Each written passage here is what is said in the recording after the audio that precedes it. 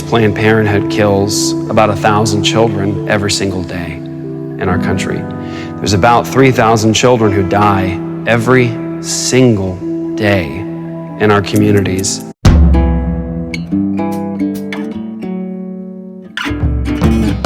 We need to stop being middle-class American sissies, and we need to be willing to fight faithfully with the gospel. But the wicked have a bloodlust, and they will lie to see it happen. These people don't care about women's right to choose. They don't care about standing up for women's rights. They don't care about fighting for your right to health care. They don't care about your body, your choice. They want blood. They want blood. Love does, love does. We were prisoners who got away, but we cannot keep this freedom for ourselves. Running back now into danger, making free men out of every slave. All right, we are back again with another episode of the Better Off Dead podcast. I'm Evan. I'm Dan. And we have a special guest today. We have Lori Engel, and we've invited her on the podcast for a very specific reason.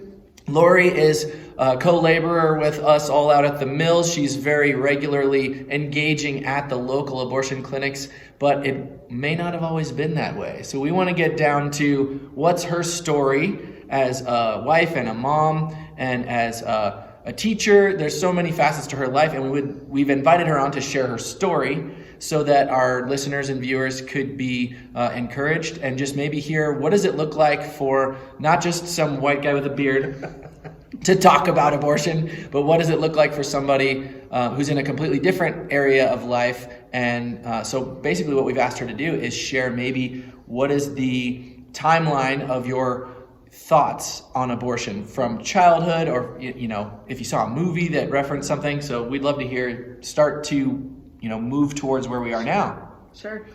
Well, it might surprise you guys to know that I was not always pro-life, that I grew up in a public school system that taught me that we were all in the process of evolving, and that babies in the womb were not actually human, but they were some sort of mutant variation, which always felt super weird to me, that it was like, well, at some point in development you're a fish or a frog, and at that point in development it's okay to go ahead and kill it because it's not really human. But I don't exactly know when my thoughts changed, but I found myself pregnant at the age of 14 and definitely contemplated abortion, but couldn't figure out how to get that parental consent, because the whole point behind having an abortion would be not having to tell my parents. So ended up having a daughter, which is a huge blessing. And even at that point, I don't think I really thought too much about pro-life, pro-choice. At that point, maybe I was a little bit more in the pro-life camp, just thinking that if I can have a baby at 14, then why can't other people have babies? We all know the consequence of our actions, and so just kind of man up, I think, was sort of my mentality. I had friends in my 20s who had abortions, and I didn't ever say anything to them. And then just a couple of years ago in 2020 or 2019, a good friend asked me to start standing outside Planned Parenthood and praying with her and her children. And at this time I had a 3-year-old, a 5-year-old, a 7-year-old, an 8 and a 10-year-old or something like that. And so we went and stood outside Planned Parenthoods, and nothing has solidified my belief in not just being pro-life, but being absolutely opposed to abortion and wanting to see it come to an absolute end through laws, as standing outside of Planned Parenthood. Whoa. So you had this personal journey of carrying life, and you've had children since then. How old is your first child? She's 28 years old. Okay. And so you had that leaning towards favoring life, and then you were just invited by a friend from church or work, or? Yeah, just a friend from church invited me to stand outside Planned Parenthood with her. What is she, some kind of crazy person? She is a crazy person, but as we know, we all are a little bit crazy. It's true. Yeah, so her goal was go and pray, and then, there's different engagement methods at the mill. So what's that been like? Has it always been the exact same formula for you guys, or over the time that you've been doing it, which is over a year or two? We're approaching our 3rd year. Oh, wow, okay. We do it every single week. You guys are committed. Yeah. That's awesome. Diehards. So I think for us, one of the things that really we wanted to, one of the reasons we wanted to do it, and especially do it with our children, was that we wanted them to see that we're standing for something, and that we do it when it's snowing, we do it when it's raining, we do it when it's not fun, we do it when it's scary. We do it all the time because we're standing up for those who can't stand for themselves. Yeah, the baby doesn't know if it's raining or snowing, or if somebody's flipping you off, or Nope.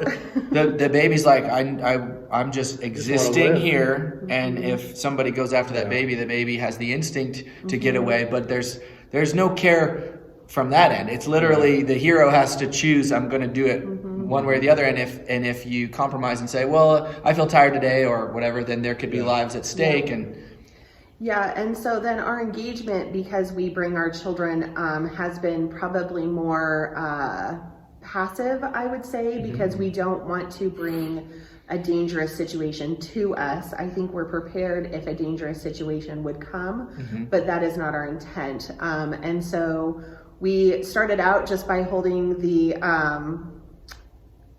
1-800 number to reverse the pill, and just standing and praying. And we've prayed at 2 different Planned Parenthoods, and one we were like right on the street, and that was really scary with our kids because they're playing in the street, and we're trying to corral them. And now we pray at a different one, and it's a little bit safer of a situation, but it means we're a little bit further away from the main entrance. And so even with that, I think some of our focus has shifted. That at one time we were really looking to try to prevent women from going into Planned Parenthood, and while that may still be sort of the focus, I think it's more a wake-up call for the community. I sort of feel like we have more of a prophetic role where we're witnessing for God, that abortion is happening, and it's happening in neighborhoods that you wouldn't think that it's happening in. So, you're sounding the alarm, saying, don't you guys see this is in your neighborhood right next to your grocery store or by the gas station you're frequenting, or before you go shopping on the way to the highway, you pass this place where people are being killed or being sent to be killed at another location. Because one thing, I don't know how many of you guys travel to Planned Parenthoods, but I find that they try to be very discreet in their buildings. So they're like very drab colored. There's not a lot of signage that would point out that they're there. No flashing lights like Vegas. There's no flashing lights for a Planned Parenthood. And so I think a lot of people don't even realize that they're driving past one, maybe even every single week on their way to church.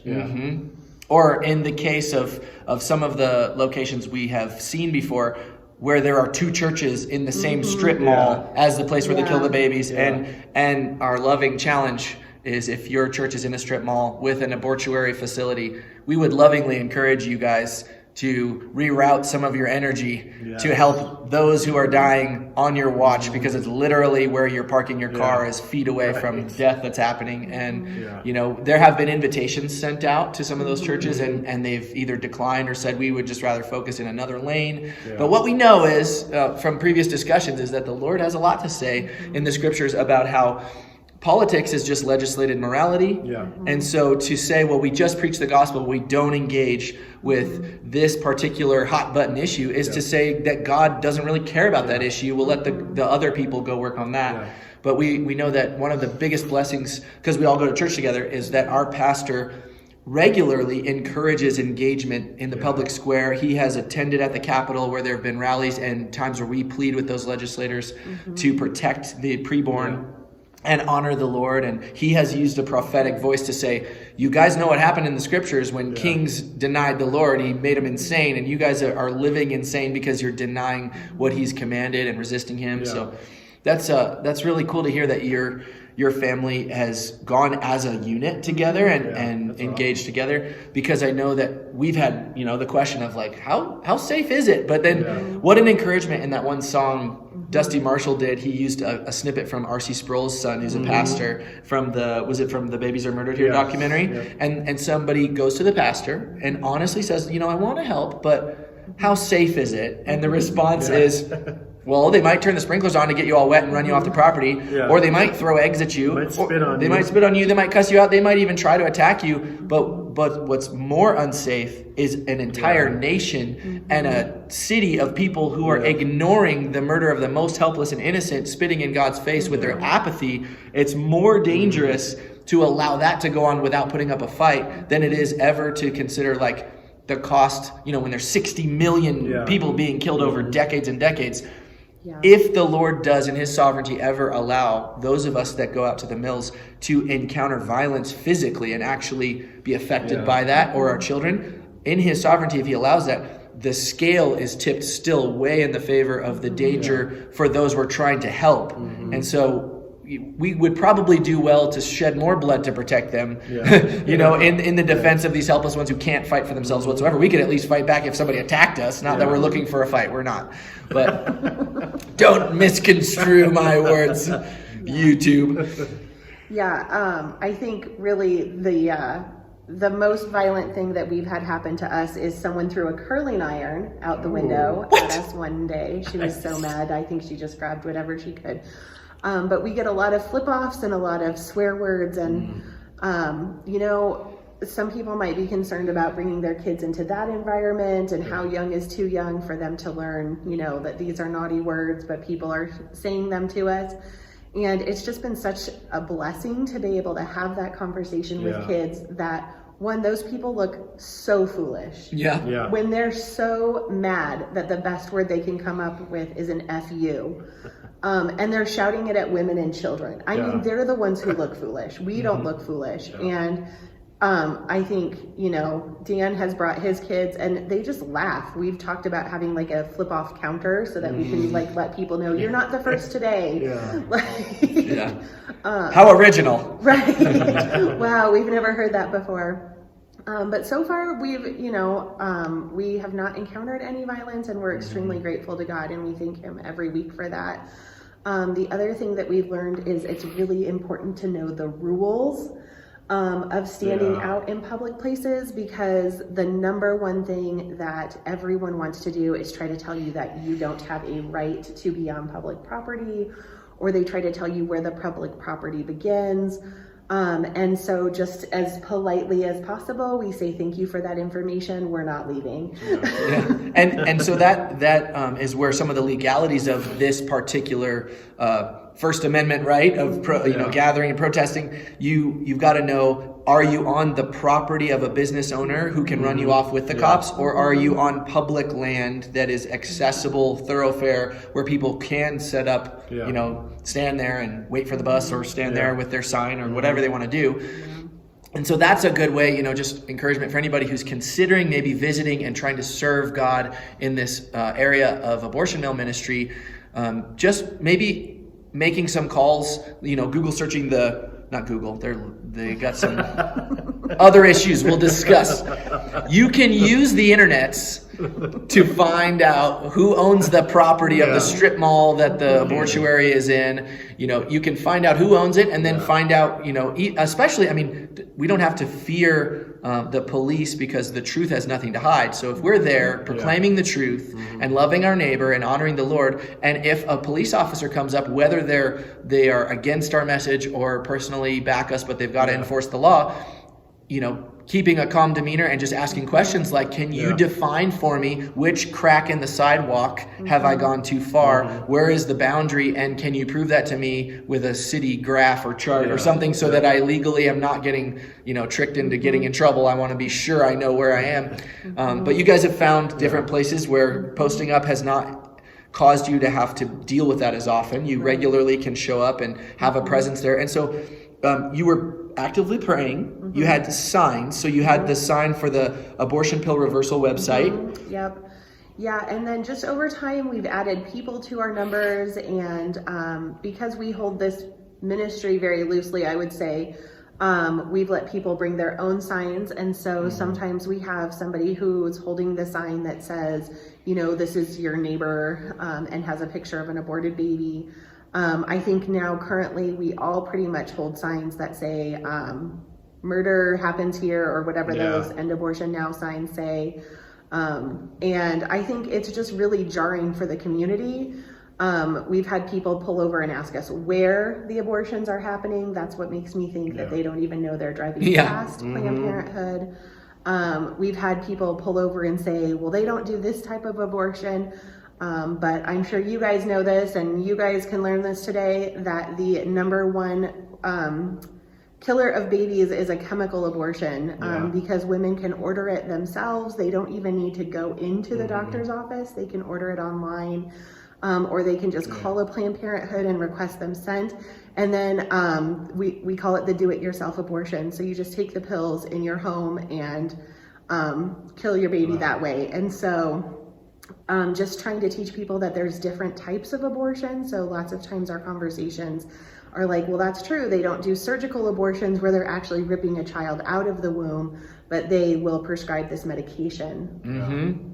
Yeah, that's the big misconception that we covered in one of our episodes. The difference between the pro-life movement and the abolitionist movement is one of them says, let's serve our neighbor and serve the Lord by regulating this procedure that kills a baby, and we'll just pick which babies we like more to protect. And then we'll raise a bunch of millions of dollars and have big hoorah rallies and feel like we did a wonderful, great service because we had prejudice against the smaller ones because they're easier to kill and discard of without being as visible. They may not experience as much trauma, but man, if you kill me in 10 different ways, I don't like any of them. So has your sidewalk ministry, has that been something where it has been really easy to recruit other people within your community, within your church, or even off the street who say that they agree with you? Because sometimes you don't get middle fingers, you get a positive honk and a thumbs up. Or one lady, one time when I was there, she rolls down her window in her big Suburban and she goes, I got a bunch of kids and we'd love to come join you. And I said, you should. And then she never did. It's interesting because we actually, I don't even know how all of the women have found us, but our number is pretty stagnant, I would say. I think we all invite people to come and pray with us. Certainly those who give us the thumbs up, we invite them to come. And I think they're not ready to yet. So, I don't know if it's a matter of fear or apathy. I know for me, it was probably a combination of both, maybe a little more apathetic. Abortion wasn't something I thought about every day prior to standing outside of a Planned Parenthood. And so I think, it's a time commitment. Like I said, we do it rain or shine or snow or anything. So it's a comfort commitment. And then we've actually had a woman, she goes to a different church than all the rest of us go to, and she started coming and standing with us and was very discouraged that no one in her church would join her to do it. And so I think it just, I'm so thankful for the church that we attend that there's so many people that want to stand for life. But I think it would be very difficult to be the only person standing out there. And so I can certainly understand her frustration that her church preaches the truth. Her pastor is a big anti-abortion guy, but that the church hasn't caught the fire for it yet. So that's hard. That is hard. That is really hard. You have a unique perspective also because of your job. So tell us a little bit about that. I'm also a nurse, and so I just it's interesting that the same nurses who usher life into the world are just as happy to usher it out of the world. I worked at one hospital where prior to applying for a labor and delivery job, I was asked how comfortable I was performing a DNC, and a DNC is essentially an abortion. Some DNCs are performed on dead babies. Miscarried babies, right. But essentially an abortion is a DNC of a living child. And it just kind of shocked me that I was even being asked that, you know. So yeah, I just think, I don't know what nurses have to steel themselves against to, in one room they're delivering a perfect healthy baby, and in another room they're extracting one. You know, it's either got to be like that new procedure video that came out, like completely earth-shattering to somebody's emotions, and then they never do it again. They quit. You know, I met somebody who had that personal experience, or they've literally got to subject to that evil over and over, and then allow it to become numb, and you become callous to it. And God help anybody. And if you are doing that in your job, we want to encourage you. You should cry out to the Lord for the courage to just quit and move on and say no, and not assist in the murder of children anymore.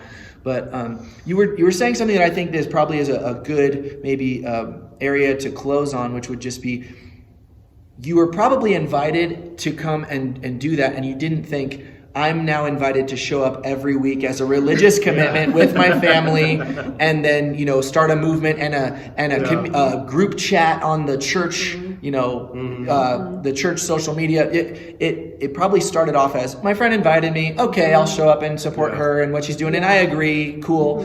And suddenly this has turned into a value and a tradition for your family.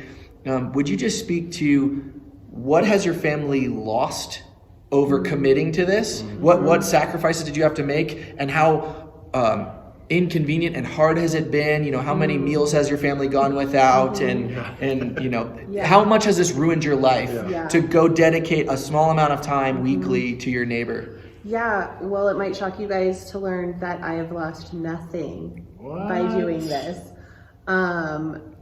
It has only been beneficial, I would say.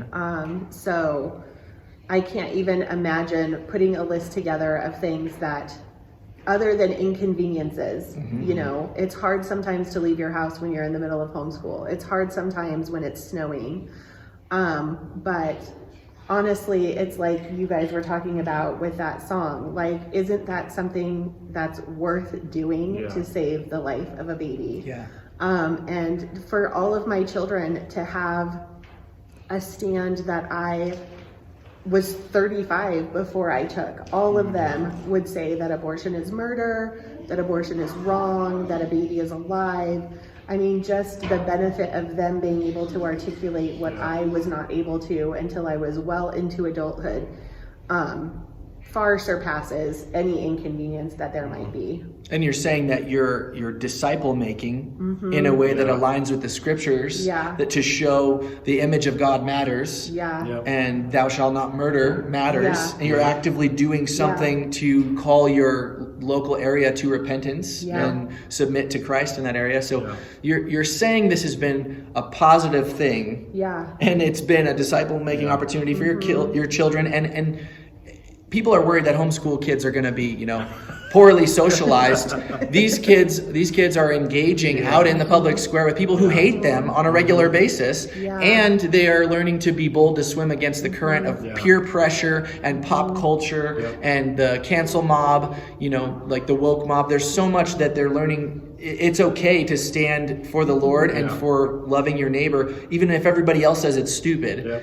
So you're raising up lions to go and take on the evils of the world by first just showing up, and then by prioritizing a regular routine of that, and then and you guys have a motto, right? That's like, we will never raise our voices or shout at anybody or proclaim any messages. We're not preachy, right? That's your motto? No, we don't really have that motto. I think, again, everybody has different comfort levels. So we definitely have some that cry out to the women as they're entering Planned Parenthood, like, please don't go there. Usually the 10-year-old boys, right? They're just screaming, stop, don't go. No, the boys are usually a little bit more quiet on that one. But, you know, we just encourage, if you feel like you need to be calling out, We encourage that. We love that Dan is a little bit closer when we go, because we think his voice can be heard a little bit better. And he maybe has a little bit more vantage point that he could actually engage in a conversation. But, you know, I think just showing up and praying, if we did nothing else, that would be enough. Yeah. Having a physical presence to show that there's evil. It's like a vigil, you know, you show up and everybody else goes, what am I missing here? Why are people gathered? What's the hubbub about? And then, you know, there's so much stigma against being very assertive or bold or whatever. And so you guys have seen a little bit of transformation of, well, you start off sheepish because you're not sure if this is what you're called to do all the time. And then the more you're there and you see people's hatred of God and your heart breaks for these babies and these young teenage girls who are going in there and they need the Lord and they need guidance.